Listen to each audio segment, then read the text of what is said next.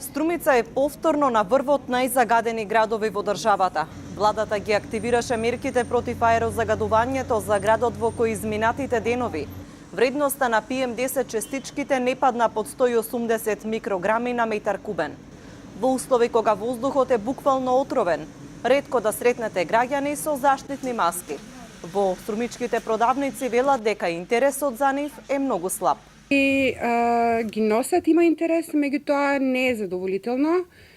Некако мислам дека треба да се обрне внимание и еден апел до лекарите, поготово за пациентите кои што имаат респираторни проблеми, нели, или пулмонарни исто така инфекции и проблеми, да може да им ги препорачуваат маските, бидејќи тие така имаат потешкоти со дишењето.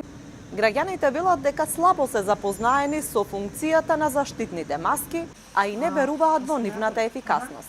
Помага ли користењето на заштитни маски? Па нешто можно е нешто. Можно, али на целосно не може. Тоа е проблем. Как ќе заштитим? Дома ќе се роди. Користењето на маски помага ли? Не верувам. Па јас мислам и до сега го имало това загадување и многу се форсира.